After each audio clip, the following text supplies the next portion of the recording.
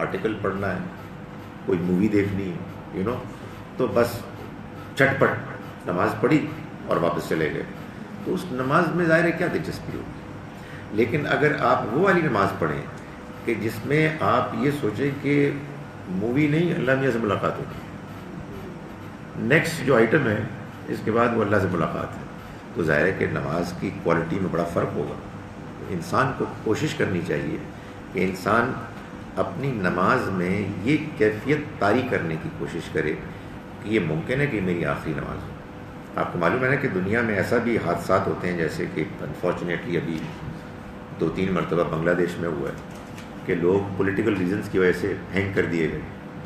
تو اس طرح کی جو ہوتی ہیں بعض اوقات سزائیں, تو ہینگ کرنے کے موقع پہ کہتے ہیں کہ اس شخص کو کہ جو سولی پر چڑھایا جا رہا ہے اس سے کہا جاتا ہے کہ آخری کوئی خواہش, تو اللہ والے کہتے ہیں 2 رکعت نماز. تو امیجن کریں کہ ایک بندہ 2 رکعت نماز پڑھ رہا ہے اس یقین کے ساتھ کہ 5 منٹ کے بعد وہ ختم ہو جائے گا. تو یہ کیفیت اگر کبھی مل جائے, یہ آسان نہیں ہے, لیکن بہرحال یہ بھی ایک چیز ہے کہ جو انسان کی نماز کو افیکٹو بنا سکتی ہے. ایک تیسری بات جو نماز کو افیکٹو بنانے کی ہے وہ ہے اس کے مفہوم کو سمجھ کر ٹھہر ٹھہر کے پڑھنا. نماز کوئی جلدی میں پڑھنے والی چیز نہیں ہے, الا یہ کہ آپ جلدی میں ہوں, ظاہر ہے یہ بعض اوقات مجبوری ہوتی ہے, اللہ بھی جانتا ہے, اس نے ہم کو کنسیشنز بھی دیے ہیں. لیکن جب آدمی کے پاس ٹائم ہو تو آدمی نماز پڑھے ایسے کہ جو کچھ وہ پڑھ رہا ہے اس کے مفہوم کو وہ سمجھے اور سمجھ کر دھیرے دھیرے پڑھے. یہ بھی نماز کو کے حسن کو, افیکٹونیس کو بڑھانے والی چیز ہے. Last but not the least, یہ جو میں بات کہہ رہا ہوں اگر آپ کو پسند نہ آئے تو آپ نہ مانیں اس کو. ویسے تو خیر پچھلی باتوں کے بارے میں یہی اصول ہے. بات یہ ہے کہ میں نے ابتدا میں یہ گزارش کی تھی کہ نماز میں یا اعمال ہیں یا اذکار ہیں, دونوں اعمال اور اذکار میں کچھ اوبلیگیٹری ہیں کچھ نان اوبلیگیٹری ہیں. تو اذکار میں جو لازم ہے وہ تو میں بتا چکا آپ کو, سورہ فاتحہ, اس کے بعد قرآن مجید کا ایک حصہ, اللہ اکبر کہنا, سمیع اللہ لمن حمدہ, ربنا لک الحمد, اور السلام علیکم ورحمۃ اللہ. اس کے بعد سب کچھ آپشنل ہے. یہ میں کیسے کہہ رہا ہوں, نبی صلی اللہ علیہ وسلم نے انہی چیزوں کو نماز کا حصہ بنا کے دیا کہ جو ہر جگہ پڑھا جا رہا ہے. باقی جو کچھ بھی ہے اس میں آپ نے مختلف اذکار کو بدل بدل کر پڑھا, کبھی کچھ پڑھا کبھی کچھ پڑھا, کبھی کچھ لوگوں کے کہنے پہ کچھ بتا دیا, کبھی کچھ لوگوں کے غلط طرح سے پڑھنے پر اس کی کچھ دوسری شکل بتا دی. یہ 5 چیزیں ہیں جو البتہ لازم ہیں, اور چنانچہ یہ 5 چیزیں ہیں کہ جو عربی میں پڑھنی لازم ہے. قرآن عربی میں ہے, یہ عربی ہی میں پڑھا جائے گا. سورہ فاتحہ عربی میں ہے. جو چیز بدلی نہیں جا سکتی وہ نہیں بدلی جا سکتی, اور جو آپشنل ہے وہ آپشنل ہے. اسے آپ عربی میں پڑھنے میں کمفرٹیبل ہیں آپ ضرور پڑھیں, لیکن اگر انسان کو کبھی یہ جی چاہے کہ وہ اپنے رکوع میں اور سجدے میں یہ کہے کہ اللہ تیرا بہت شکر ہے, میں تجھ سے معافی مانگتا ہوں, تو مجھے معاف کر دے, تو میری مدد فرما, اس وقت میں بہت مشکل میں ہوں, اور اس طرح سے اللہ سے بات کرتے ہوئے اس کو اطمینان حاصل ہو رہا ہے, تو کوئی چیز روکنے والی نہیں ہے اس کو ایسا کرنے سے. نبی صلی اللہ علیہ وسلم کی زندگی میں, ابھی سوال جواب میں آئیں گے, نبی صلی اللہ علیہ وسلم کی زندگی میں جو واقعات ہوئے ان میں سے ایک واقعہ یہ بھی ہوا کہ آپ نماز پڑھا رہے تھے, تو آپ نے آپ رکوع سے اٹھے اور آپ نے فرمایا سمیع اللہ لمن حمدہ. یہ سمیع اللہ کے بعد جو پیش ہے نا, یہ جب روانی میں پڑھتے ہیں تب آتا ہے سمیع اللہ لمن. میں ہمیشہ یہ سمجھتا یہ ہو لمن کوئی چیز ہے عربی میں, یہ کوئی چیز نہیں ہے ہو لمن. سمیع اللہ لمن حمدہ, سنا اللہ نے اس کو جس نے اس کی تعریف کی. تو اس کے بعد جب آپ اٹھے ربنا لک الحمد, آپ نے بھی فرمایا, لوگوں نے بھی پڑھا, تو پیچھے سے دوسری تیسری رکعت میں کوئی صاحب تھے, ان کا حمدن کثیرن طیبا مبارکا فی، ایک جذبے میں، اور نماز آگے چلی، نماز ختم ہو گئی. آپ نے پوچھا یہ کون صاحب تھے؟ تو جو صاحب بھی تھے وہ ڈر گئے، انہوں نے کہا کہ مارے گئے. تو آپ نے فرمایا نہیں، تم نے اتنے اچھے الفاظ بولے کہ فرشتے بھی ایک دوسرے سے مقابلہ کر رہے ہیں کہ وہ ان کو حاصل کرنے میں سبقت کریں.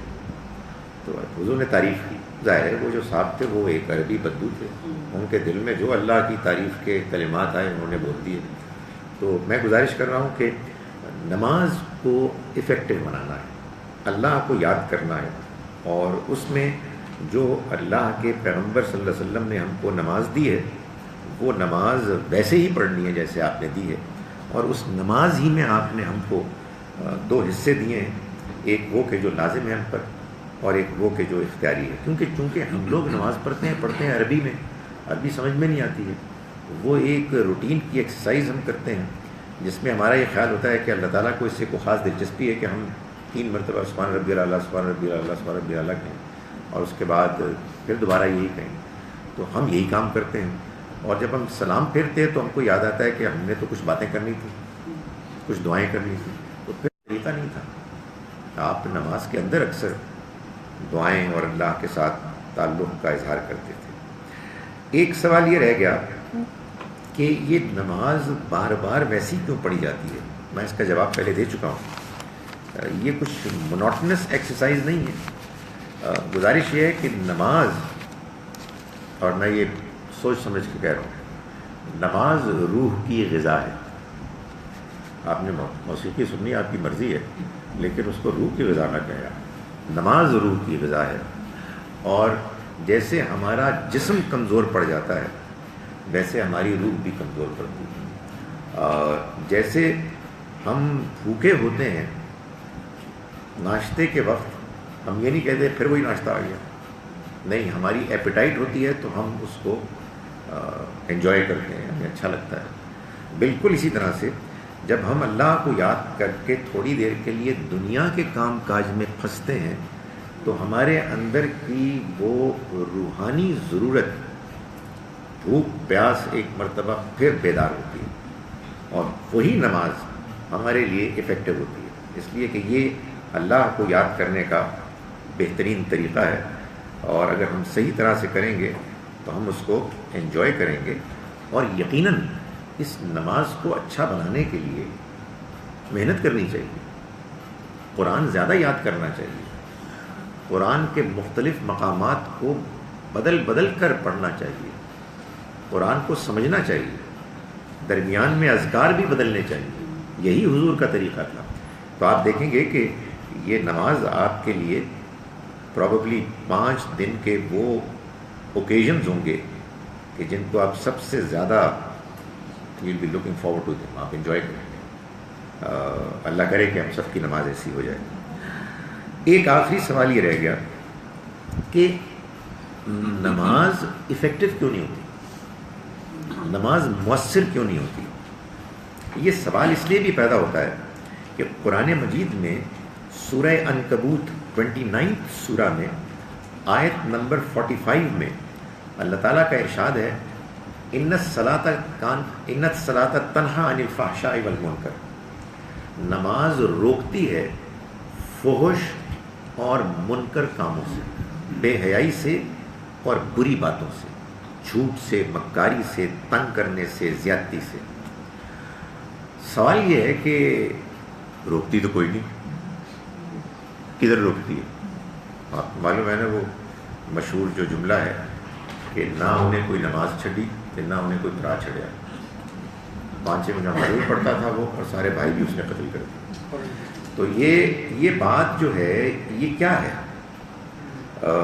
اصل میں صورتحال یہ ہے کہ نماز یقیناً فحش اور بری چیزوں سے روکتی ہے، مگر کیسے؟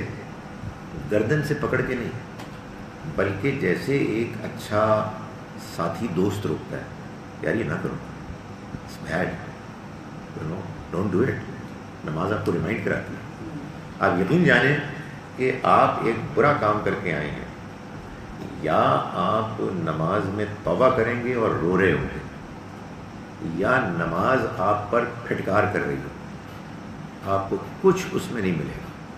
You will get nothing out of it. So مجھے بعض لوگ کہتے ہیں کہ ہم نماز پڑھتے ہیں لیکن ملتا کچھ نہیں. تو ایک تو وہ ساری باتیں جو میں نے بتائیں ان کو ٹرائی کریں، اور اگر وہ سب کچھ بھی نہ ٹھیک کریں نماز کو، تو ایک اسپیشل سجدہ کریں اللہ میاں کو اور اس سے کہیں کہ اللہ میاں دس از مائی اسپیشل کال، میں مزید کیا کروں؟ What am I doing wrong? میں تو غلط کام کر رہی ہوں.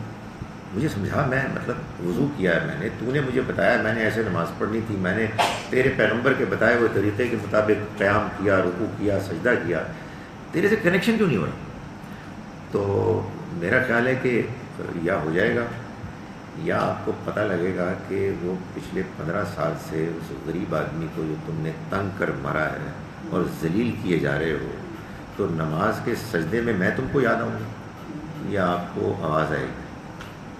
یعنی کانوں میں نہیں آئے گی، دل میں آئے گی. اس لیے کہ یہ نہیں ہو سکتا کہ آپ نماز پڑھ رہے ہیں اور آپ کی نماز میں آپ خدا کو یاد نہیں کر پا رہے. نماز آپ کو روکتی ہے اور اسی طرح سے روکتی ہے، آپ کو ریمائنڈ کرائے گی، اور ریمائنڈ کراتے کراتے کسی دن آپ کی نماز ٹھوس ہو جائے گی. پھر صرف ایک فارمیلٹی ہوگی جو آپ بقول کسی بزرگ کے اٹھک بیٹھک کر رہے ہوں. تو نہیں، یہ نماز ہے اصل میں جس میں جان ہے. اور اسی لیے کہا گیا کہ قیامت کے روز پہلا سوال نماز کا ہوگا. جس کی نماز ٹھیک ہوگی اس کو کہا چلو، ہوتا ہے نا ہمارے وہ گاڑی میں بھی دیکھتے، شکل دیکھ کے مجھے بوڑھے سے آدمی کو دیکھ کے کہتے ہیں کہ نہیں تجھے پالوی صاحب تجھے بھی چلو، اور جو بیچارہ کوئی جوان آدمی ہوتا ہے اس سے ہر چیز چیک کرتے ہیں. تو نماز آپ کی اچھی ہو گئی تو آگے چلو. اس لیے مطلب بندہ ٹھیک ہے، نماز ٹھیک پڑھ رہا ہے، اللہ کو یاد کر رہا ہے، اس کا مطلب نتھنگ رانگ ہو جائے. تو یہ نماز ہے کہ جو واقعی روکتی ہے، لیکن ظاہر ہے کہ یہ وہ نماز ہے کہ جس نماز کو ہمیں ٹھیک کرنا ہے. میں بغیر کسی توقف کے اب یہ کہہ رہا ہوں کہ میرے پاس 3 سوال ہیں جو لکھے ہوئے ہیں، ان کا میں جواب دے رہا ہوں. اس کے بعد جو سوالات ہوں گے وہ ایک ایک کر کے آپ پوچھیں گے، 1 question per person. میڈم آپ کے کئی سوالات لگے ہیں، میں ایک سوال کو ابھی اٹھا رہا ہوں آپ کا. Islam is a universal message. How is it reconciled with the concept of Islamic State such as Pakistan? لیکن یہ پاکستان کو اسلامک اسٹیٹ تو آپ نے بنایا ہے اپنی خواہش پر. اس کے اسلامک اسٹیٹ بننے کا مطلب اگر یہ ہے کہ یہ صرف مسلمانوں کے لیے ہے تو یہ بڑے افسوس کی بات ہے. مطلب کیوں صرف مسلمانوں کے لیے؟ غیر مسلم بھی اس میں آنیسٹلی پاکستان کی انڈیپینڈنس میں، پاکستان کی وارز میں نان مسلم نے بھی بڑی قربانیاں دی ہیں. اگر یہ اسلامک اسٹیٹ اس مفہوم میں ہے کہ ہم اس میں چونکہ میجورٹی میں مسلمان ہیں اور ہم اپنی ڈیموکریسی اور پارلیمنٹ کے تھرو ہم ایسے قوانین بنائیں گے کہ جو ہمارے دین کے مطابق ہوں گے تو فائن، تو کوئی مسئلہ ہی نہیں ہے. لیکن ان میں ہم نان مسلمز کو پوری آزادی دیں گے، ان کو فریڈم دیں گے کہ وہ جس طرح سے عبادت کرنا چاہتے ہیں، اپنے دین پر عمل کرنا چاہتے ہیں، اس کو اختیار کریں. تو تب اگر پاکستان ایک اسلامک اسٹیٹ بنتا ہے تو ہمیں کیا اعتراض ہے؟ نام سے کیا فرق پڑتا ہے؟ لیکن اگر ہم اس سینس میں اسلامک اسٹیٹ بننا چاہتے ہیں کہ ہم اپنے آپ کو فرسٹ ریٹ سٹیزنز قرار دیں، A grade business class, first class, اور باقیوں کو ہم سیکنڈ گریڈ قرار دیں، تو نہیں، یہ چیز ان ایکسیپٹیبل ہے، یہ ٹھیک نہیں ہے. دوسرا سوال مجھ سے کیا گیا تھا کہ اسلام میں بیٹا بیٹی کے بارے میں کیا احکام ہے. حدیث مبارکہ میں ہے کہ خوش نصیب ہے وہ شخص کے جس کی پہلی اولاد بیٹی ہو. دیکھیں، بیٹا بیٹی، لڑکا لڑکی، عورت مرد، غریب امیر، غلام آزاد، کوئی فرق نہیں. Absolute equals in the eyes of God. یہ تو ہے اصل اسٹیٹمنٹ.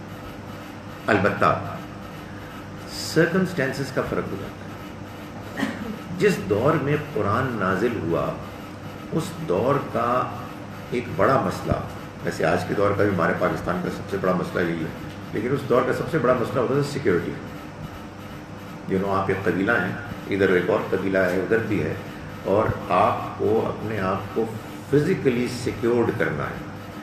تو اس میں وہ مرد، باپ، ماں باپ بڑے خوش قسمت سمجھے جاتے تھے جن کے بہت زیادہ بیٹے ہیں. تو فزیکل اسٹرینتھ کی بڑی ایک ویلیو تھی. اسی تناظر کانٹیکسٹ میں نبی صلی اللہ علیہ وسلم نے لوگوں کو انکریج کیا کہ یہ تم بیٹوں کو اہمیت دیتے ہو, بیٹیوں کی بھی اہمیت, وہ بھی بہت اہم ہے.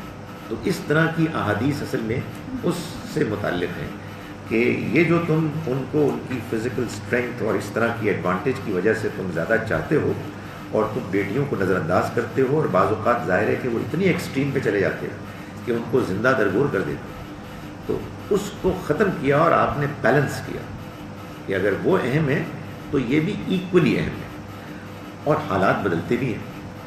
یعنی وہ بھی دور آتے ہیں, جیسے میں دیکھ رہا ہوں کہ اب بیٹیاں بھی کماتی ہیں, اور چونکہ وہ بائی نیچر ٹیمپرمنٹ پہ ذرا ان کے یہاں زیادہ ہوتا ہے دلچسپی والدین وغیرہ کے ساتھ, تو وہ اس میں بھی بہت آگے بڑھ کر رول ادا کرتے ہیں. ظاہر ہے کہ بیٹوں کا اپنا ایک مزاج ہوتا ہے, کہ اپنی ایک مصروفیات ہوتی ہیں. تو بالکل ممکن ہے, اور آج کل میں دیکھ رہا ہوں کہ بہت سے والدین ہیں کہ جن کی خواہش ہوتی ہے کہ ان کی بیٹیاں ہوں.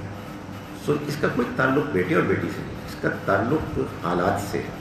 اسی طرح سے کوئی آدمی امیر ہے, کوئی غریب ہے, کوئی ایک اسٹیٹس کا ہے, دوسرے اسٹیٹس کا ہے, خدا کی نگاہ میں سب برابر ہیں, ذرہ بھی فرق نہیں. لیکن دنیا کی ارینجمنٹ میں, دنیا کے نظام میں کسی کا رول زیادہ ہو جاتا ہے, کسی کا رول کم ہو جاتا ہے. اس لیے ظاہر ہے کہ ہم خواہش کرتے ہیں لوگ بہت کہ ہمارے پاس اسٹیٹس ہو, ہمارے پاس ریسورسز ہوں, ہمارے پاس پاپولیرٹی ہو, بٹ اس کا کوئی تعلق خدا کی نگاہ میں اسٹیٹس سے نہیں ہے. خدا کی نگاہ میں تو وہی مطلوب پسندیدہ ہے کہ جو اپنے اخلاق میں, کردار میں اچھا ہے. اور والدین کو دونوں کے بارے میں ظاہر ہے کہ بیلنس کرنا چاہیے. میں آپ کو یہ پہلے بتا چکا ہوں کہ بیٹے کا حصہ بیٹی کے مقابلے میں دگنا وراثت میں اس لیے ہے کہ اللہ تعالیٰ نے فرمایا کہ تم نہیں جانتے کہ تم میں سے کون تمہارے لیے فائدے منفعت کے لحاظ سے زیادہ قریب ہے. چونکہ بیٹی بیاہ کے چلی جاتی ہے اور بیٹوں کے ساتھ عام طور پر والدین رہتے ہیں, تو ان کی منفعت, ان کا بینیفٹ بیٹیوں کے مقابلے میں اللہ تعالیٰ نے دگنا اپنی وراثت میں بیان کیا. اسی طرح سے یہ بات بھی غلط ہے کہ خواتین کی گواہی مردوں کے مقابلے میں آتی ہے. نہیں, یہ کہیں بھی نہیں لکھا ہوا سوائے سورہ بقرہ کی اس آیت میں کہ جس میں دستاویز لکھنے کے لیے کہا گیا, ریٹن ڈاکومنٹ, ورس 282 میں.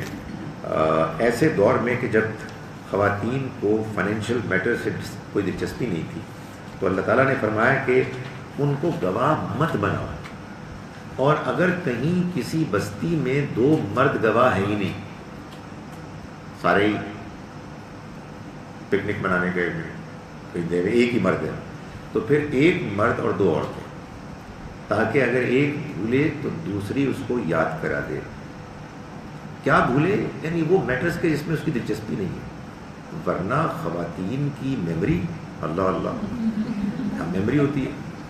مجھے یاد ہے کہ میری والدہ ایک اور کسی بزرگ خاتون کو کوئی رشتہ سمجھا رہی تھی کہ وہ اس کی پھپھی کی ساس کی فلاں کی, اور میں نے کہا وہ بور ہو رہی ہیں. آئی واز شیور کہ دوسری خاتون بور ہو رہی ہیں, ان کو کیا سمجھ میں آ رہی ہوگی. اینڈ مائی مدر اسٹاپ, ایک جگہ پھنس گئی, تو انہوں نے لقمہ دیا. یار کمال ہے, کیا میموری ہے. سو اس کا تعلق جو ہے انٹیلیجنس یا میموری سے نہیں ہے, اس کا تعلق دلچسپی سے ہے. آج خواتین چارٹرڈ اکاؤنٹنٹ ہوتی ہیں, اکاؤنٹنگ پڑھاتی ہیں اور سب کچھ کرتی ہیں. تو یہ ظاہر ہے اس زمانے کی بات تھی کہ جس زمانے میں فائنینشیل میٹرز میں ان کی دلچسپی نہیں تھی. جس میں دلچسپی نہ ہو, آپ مجھ سے باورچی خانے میں لے جا کے چیزیں پوچھوائیں, میں باہر 5 منٹ بعد آ کے کچھ نہیں بتا سکتا, مجھے پتہ ہی کچھ نہیں. تو یہ تعلق اس چیز سے ہے. ورنہ جتنی بھی چیزیں قرآن میں بیان ہوئی ہیں گواہی کے لیے, دونوں کی گواہیاں برابر ہیں. اور بلکہ میں یہ لوگوں کو بتاتا ہوں کہ سورہ نور میں آیت 6 سے آیت 9 تک اللہ نے ایک قانون بتایا ہے کہ اگر شوہر اپنی بیوی پر الزام لگائے زنا کاری کا، تو مرد شوہر قسمیں کھائے گا اس کو سزا دلوانے کے لیے اور پروف کرنے کے لیے، پھر بیوی قسمیں کھائے گی اور اس کی بات مان لی جائے گی شوہر کے مقابلے میں۔ تو اس طرح کی کوئی چیز ایسی نہیں ہے کہ جو دونوں کے درمیان کوئی ڈسکریمنیشن کرے۔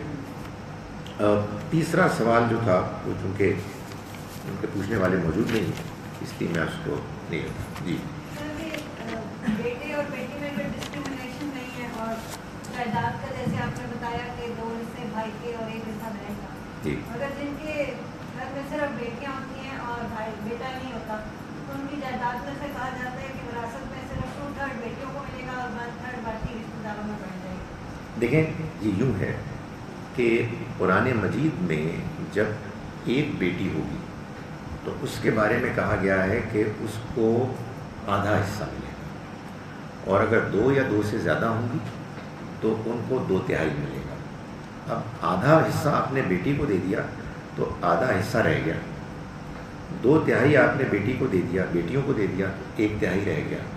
اس کے بارے میں اللہ نے کوئی فیصلہ نہیں سنا، اس میں اس نے آپشنز رکھی۔ بیٹیاں بیاہ کے چلی گئیں، بوڑھے والدین کو کسی اور نے لک آفٹر کیا، تو اللہ نے اس کی گنجائش رکھی کہ ان کو نامنیٹ کر دیا جائے، لیکن ان کو بھی کیا جا سکتا ہے۔ ہمارے ہاں انفارچونیٹلی اس طرح کے معاملات میں جو چیز معاشرے میں رائج ہو جاتی ہے اس کو لوگ کہتے ہیں یہ دین ہے۔ تو میں اس لیے بار بار کہتا ہوں کہ فار گاڈ سے اللہ کا دین کیا ہے اور کیا نہیں ہے، اس میں فرق کیا کریں۔ ہر وہ بات جو لوگ اسلام کے بارے میں کہتے ہیں اگر وہ اللہ کا دین ہے تو پھر بڑا مشکل ہے اس کو ماننا، لیکن الحمدللہ وہ نہیں۔ جی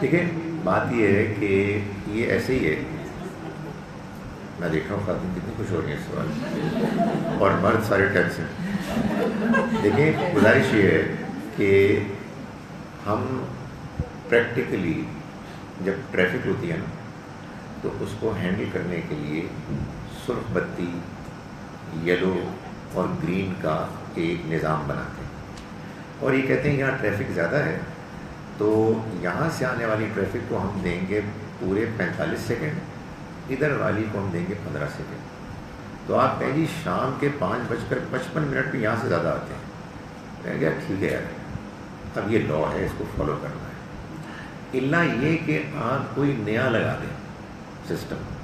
تو 2 ہی امکانات ہیں، بیٹا یا بیٹے نگلیکٹ کر رہے ہیں، تو ایک طریقہ یہ ہے کہ والدین ان کو الگ سے اپنی وصیت میں ان کی خدمت کی وجہ سے کچھ اور چیزیں، کچھ اماؤنٹ بیان کرتے ہیں۔ ہمارے یہاں عام طور پر لوگ اس کو نہیں مانتے، لیکن یہ ایک اسٹرانگ اوپینین ہے کہ یہ پاسبلٹی ہے کہ اس حقیقت کے پیش نظر کہ چونکہ بیٹی یا بیٹیوں نے زیادہ خدمت کی ہے تو ان کو ان کی خدمت کی وجہ سے، اس رشتے کی وجہ سے نہیں بلکہ خدمت کی وجہ سے مزید کو بھی وصیت میں دیا جا سکتا ہے۔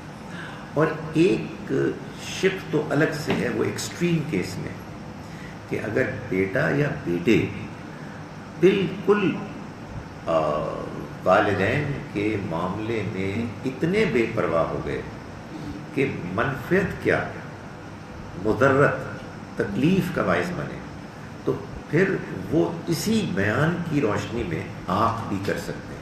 But that's an extreme step. عام طور پر بیلنس آف کرنے کے لیے بیٹیوں کے حق میں کچھ مزید وصیت میں کہا جا سکتا ہے یہ، ورنہ لا جو ہے وہ ظاہر ہے کہ آپ ہر کیس میں اگر بدلنا شروع کریں گے نا اس میں زیادہ پرابلمس ہیں۔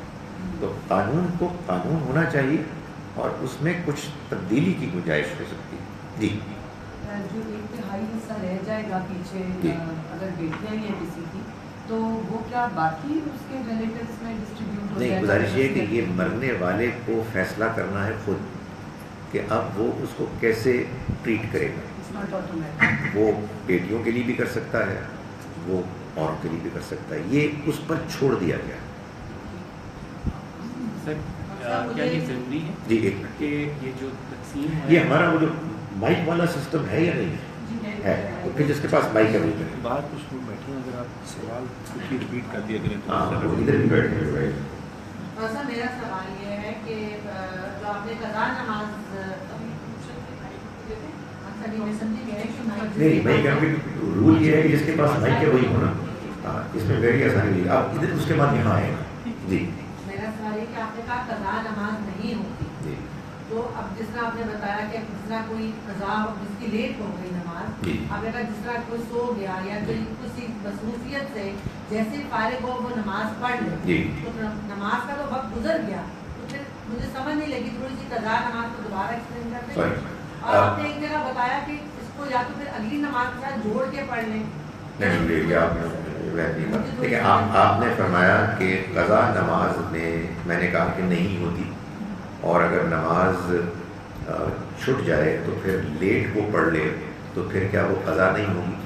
دیکھیے میں نے جس چیز کو کرٹیسائز کیا اور کوشش کی کہ وہ ختم ہو جائے, وہ یہ انڈرسٹینڈنگ ہے کہ ایک نماز ہوتی ہے ٹائم کی, وہ تو سب سے اچھی نماز ہے, کتنے اچھے لوگ ہیں جو ٹائم پہ پڑھتے ہیں, لیکن اس سے ذرا کم تر نماز ہوتی ہے جو قضا ہوتی ہے, مگر وہ بھی ہو جاتی ہے. نہیں ایسی کوئی نماز نہیں ہوتی.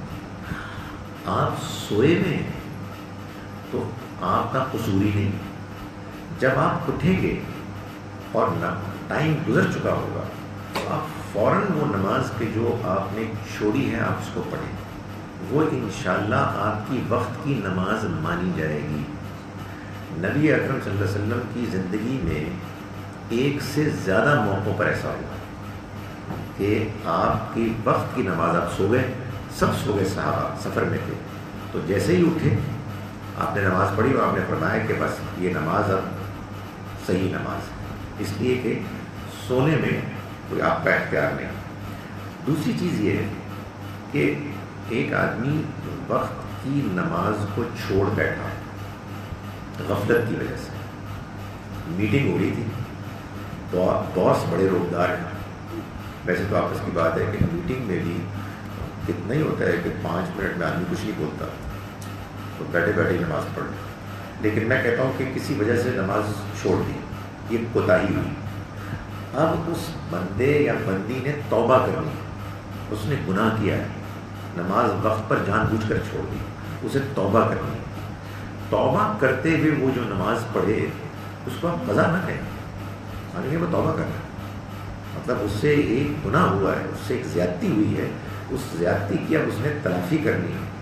تو قضا نماز کو کوئی نارمل روٹین کی نماز نہ سمجھیں, یہ کوئی نماز نہیں ہوتی. نماز آپ کو ٹائم پر پڑھنی ہے, الا یہ کہ آپ سوتے رہ گئے یا آپ سے کوتاہی ہوئی تو کوتاہی ہوئی, تو پھر گناہ کیا آپ نے, اللہ سے معافی مانگ لی. یہ میں کہتا ہوں.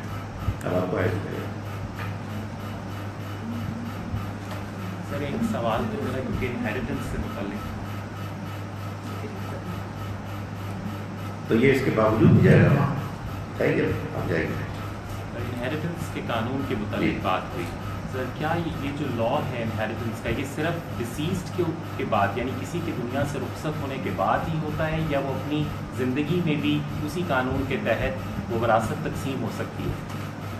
انسان کی قانون وراثت جو مرنے کے بعد اپلائی ہوتا ہے, زندگی میں بھی ویسے ہی کرے. دیکھیں زندگی میں اگر کوئی شخص اپنی اولاد میں اور رشتہ داروں میں کوئی چیز بانٹ رہا ہے تو ایک تو اس سے یہ پوچھنا چاہیے کہ کیوں بانٹ رہا ہے. تو وہ کہے گا جی کہ میری عمر ہو گئی ہے کوئی 95 سال, تو اب مجھے تو نظر آ رہی ہے اپنی قبر, باقی لوگ ہیں موجود ہیں تو یہ زندگی گزاریں گے, تو میں ان کو ابھی نہ دے دوں. تو ان سے یہ پوچھا جائے گا کہ آپ کو کس نے بتایا ہے کہ آپ پہلے فوت ہوں گے اور دوسرے لوگ بعد میں ہوں گے. تو یہ سوچ سمجھ کے آپ بانٹیں, آپ اگر آپ نے بانٹنا ہے, کیونکہ یہ بھی ممکن ہے کہ بانٹنے کے بعد پھر آپ فٹ پاتھ پر سیر کر رہے ہیں, تو یہ بھی ہو سکتا ہے. تو اس لیے آپ برائے کرم اس میں بہت زیادہ جذباتی بن, پہلے تو ان کو یہ کہا جائے. دوسری بات یہ ہے کہ جب وہ بانٹیں گے تو ان سے ایک ہی چیز کا تقاضا ہے کہ وہ انصاف کریں، یعنی کسی کے ساتھ زیادتی نہ کریں، جس کا مطلب یہ ہے کہ وہ ان رشتوں کا بھی خیال رکھیں کہ جو قانون وراثت میں بیان ہوئے ہیں، وہ لوگوں کی ضرورتوں کا بھی خیال رکھیں، اور وہ اس کا بھی خیال رکھیں کہ کس نے ان کا کتنا خیال کیا ہے۔ ظاہر ہے کہ چونکہ مرنے سے پہلے قانون وراثت اس طرح سے اپلائی نہیں ہوگا تو لوگ پھر جو کام یہ کریں گے وہ قانون وراثت کو بھی سامنے رکھیں گے، لیکن باقی کنسیڈریشن کو بھی سامنے رکھیں گے۔ ان کے اوپر یہ پابندی نہیں ہے کہ وہ لازماً سب کو برابر دیں۔ اگر ان کے پاس کوئی وجہ ہے کہ جو ان کو مائل کر رہی ہے کہ کسی کو زیادہ دے دیں، جیسے میں نے گزارش کی نا، خدمت کی وجہ سے یا ضرورت کی وجہ سے، تو وہ کمی بیشی کر سکتے ہیں، مگر ان کو یہی ایڈوائز کی جائے گی کہ دیکھو، چونکہ یہ سب کو معلوم ہے کہ قانون وراثت کیا ہے، اس لیے اگر آپ نے اس سے اونچ نیچ کی تو اس سے خواہ کی ایک بدمزگی پیدا ہونے کا امکان ہے، تو پھر سب کو انوالو کر لو اور اس کو ایسے تقسیم کرو کہ لوگوں میں کوئی ایسا نہ ہو کہ بعد میں بجائے اس کے کہ آپ کے بارے میں اچھے جذبات پیدا ہوں، لوگ منفی جذبات رکھیں اور آپس میں بھی لڑ پڑیں۔ سو یہ کام بہتر تو یہ ہے کہ نہ کریں، لیکن اگر کریں تو پھر ان سب تمام چیزوں کو کنسیڈر کریں۔ جی ادھر بھی پھر اس کے بعد جی سر، کل کا سوال میں سوچ رہا ہوں آپ سے کرنے کے لیے، یہ کل کی وہ حدیث کے متعلق یہ ہے جی کہ ایک معاشرے میں عورت اور مرد کو برابر کر دیا گیا، جی وہ ڈیپینڈ نہیں کرتی ہے کسی کے اوپر کہ اس کی آمدن ہوتی ہے کیسے ہوتا ہے، جتنی تنخواہ یا جتنی آمدن ایک مرد کی ہے اتنی عورت کی ہے۔ ہوتا کیا ہے کہ اس معاشرے میں عورت کہتی ہے کہ جی یہ ایک دین کا قانون ہے کہ مرد کے اوپر عورت کی کمائی حرام ہے، تو وہ یہ کرتی ہے کہ وہ جیب میں پیسے ڈال دیتی ہے اپنے، وہ کہتی ہے مرد کو آپ خرچ کرو۔ اس معاشرے میں یہ ہوا ہے کہ بہت سارے گھر تباہ ہو گئے کہ وہ مرد، وہ عورت جو اس ہمدردی سے یہ بات کرتی ہے تو مرد کہتا ہے چل نہیں چھٹی کر۔ تو اس طرح سے کیا یہ قانون ہے کہ مرد عورت کی جو کمائی ہے وہ آدمی پہ حرام ہے؟ کیونکہ یہ تو مسئلہ اس طرح کیا ہے کہ گھر کو چلانے کے لیے انہوں نے یہ ایک سلسلہ شروع کیا ہے جس سے کہ برابر کے دونوں رشتے دار۔ یعنی سوال یہ ہے کہ جب قرآن یہ کہتا ہے کہ مرد یعنی شوہر بیوی پر قوام ہے، ذمہ دار ہے، آپ کہیے کہ اس کو ایک درجہ زیادہ اختیار ہے، اس وجہ سے کہ اللہ نے مردوں کو بعض معاملات میں عورتوں پر فضیلت دی اور وہ اپنا مال خرچ کرتے ہیں، تو آج کل عورتیں جو کما رہی ہیں اور پھر وہ مردوں کے ساتھ، شوہروں کے ساتھ شیئر نہیں کرتی، اس لیے کہ ان کے بارے میں یہ خیال کیا جاتا ہے کہ وہ ان کے لیے جائز نہیں ہے اور پھر گڑبڑ ہوتی ہے، تو اس میں کیا صحیح رویہ ہونا چاہیے؟ دیکھیں، میں یہ سمجھتا ہوں کہ یہ جو اللہ تعالیٰ نے بات بیان فرمائی ہے کہ شوہر بیویوں پر قوام ہے، اس لیے کہ اللہ نے بعضوں کو بعضوں پر فضیلت دی اور اس لیے کہ وہ اپنے مال میں سے خرچ کرتے ہیں، یہ جو حصہ ہے اپنے مال میں سے خرچ کرتے ہیں، یہ حکم نہیں ہے بلکہ ایک واقعے کا بیان ہے۔ ایسا ہی ہوتا ہے، عام طور پر ایسا ہی ہوتا ہے۔ اللہ نے یہ جو اپوائنٹمنٹ کی ہے نا، اللہ نے اپوائنٹمنٹ کی ہے شوہر کی، تو اب اس اپوائنٹمنٹ کے بعد اللہ تعالیٰ اس اپوائنٹمنٹ کی آپ کہیے جسٹیفیکیشن لاجک بیان کریں کہ ایک تو یہ کہ کچھ معاملات میں مردوں کو میں نے عورتوں کے مقابلے میں زیادہ صلاحیت دی ہے، گھر کے باہر کے کام فیس کرنا، انرجی، اور دوسرا یہ کہ وہ کماتے ہیں اور خرچ کرتے ہیں۔ یہ حکم نہیں ہے، یہ ایک ریئلٹی کا بیان ہے۔ اب آپ فرما رہے ہیں کہ وہ ریئلٹی بدل گئی ہے، تو اس ریئلٹی کے بدل جانے کے بعد وہ کپل کہ جو میاں بیوی ہے ان کو اس کے مطابق ایڈجسٹمنٹ کرنی چاہیے۔ یقیناً اللہ نے گھر کے معاشی معاملات کو چلانے کے لیے شوہر کو ذمہ دار ٹھہرایا ہے، لیکن اگر بیوی بھی کام کر رہی ہے تو ظاہر ہے کہ وہ شوہر کے کنسنٹ سے ہی کر رہی ہے۔ ان کا جو گھر کا نظام ہے اس میں دونوں مل کے یہ طے کر رہے ہیں کہ وہ بھی کام کرے گی. تو پھر اتنی بات بیوی کو بھی ریئلائز کرنی چاہیے کہ جب وہ یہ چیز اویل کر رہی ہے یا ان کی انڈرسٹینڈنگ سے ہو رہی ہے تو کچھ حصہ اس کو شیئر کرنا چاہیے. شوہر کو بھی یہ ریئلائز کرنا چاہیے کہ وہ سارا تو نہ لے. اس کی وجہ یہ ہے کہ ذمہ داری تو اس کی ہے. تو میں سمجھتا ہوں کہ اس طرح کے ہر نئے معاملے میں، ہر نئی سچویشن میں دونوں کو مل کر ایک اپنا فارمولہ طے کرنا چاہیے جس میں اللہ کا حکم بھی سامنے ہو اور یہ جو بدلی ہوئی ریئلٹی ہے اس کو بھی پیش نظر رکھا جائے. تو ہر گھر میں کوئی اپنا ہی ایک سسٹم ہوگا. اور ویسے بائی دا وے ہوتا بھی ایسے ہی، یعنی کوئی نہ کوئی ایڈجسٹمنٹ ہوتی ہے ہر موقع پر. یہ تو اللہ کی مہربانی ہے کہ اس نے ایک موٹی موٹی بات بتا دی ہے. باقی الحمدللہ خواتین بریلینٹ ہوتی ہیں، وہ گھر میں پھر ایسی ایڈجسٹمنٹ ہو جاتی ہے کہ قوام صاحب کے پاس قوامیت کا نام ہوتا ہے. جب جو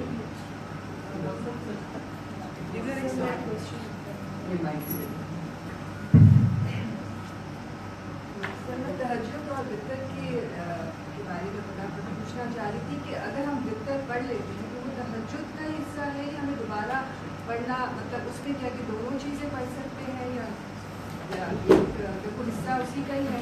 اس کے بارے میں دیکھیں وطر اور تہجد میں کیسے ہم ایڈجسٹمنٹ کریں.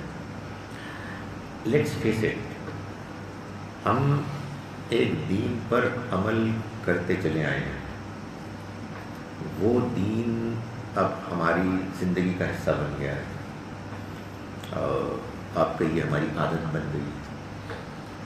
اچانک ایک مولوی صاحب آ جاتے ہیں ماڈرن قسم کے، وہ کہتے ہیں جی کہ یہ تو عشاء کی نماز ہے ہی نہیں، یہ تو تہجد ہے. تو اب ہم تو عشاء ساتھ پڑھتے ہیں. تو میں یہ گزارش کرتا ہوں کہ اگر آپ کو یہ بات سمجھ میں آ رہی ہے کہ وہ عشاء ہے، سوری تہجد ہے، تو پھر اس کو تہجد ہی میں پڑھیں. آپ کی وہ عادت اتنی پختہ ہو گئی ہے کہ آپ چھوڑ ہی نہیں سکتے. تو ٹھیک ہے، تہجد میں آپ اٹھتی ہیں تو پھر نفل پڑھیں. وہ نفل پھر ذرا جس کو کہیں گے نا کہ لیس دین آئیڈیل ہوں گے، ذرا وہ نبی صلی اللہ علیہ وسلم کے نوافل جو تہجد کے ہیں ان سے ہٹ کے ہوں گے، یا اس پہ اکتفا کر لیں، یا اس بات کو مان لیں کہ بہرحال وطر ہے تو ایک نفل ہی. اگر آپ یہ رسک لے لیں کہ بعض اوقات آپ اٹھیں گی بعض اوقات نہیں اٹھیں گی تو اس میں بعض اوقات مس ہوں گے. اور ایک یہ بھی پاسبلٹی سن لیں کہ آپ اگر مس ہو گئے تو کیا مطلب ہے اس کا، فجر کے لیے تو آپ اٹھی ہیں نا، تو فجر کی سنتوں سے پہلے جو مس ہوئے اس کو پڑھ لیں.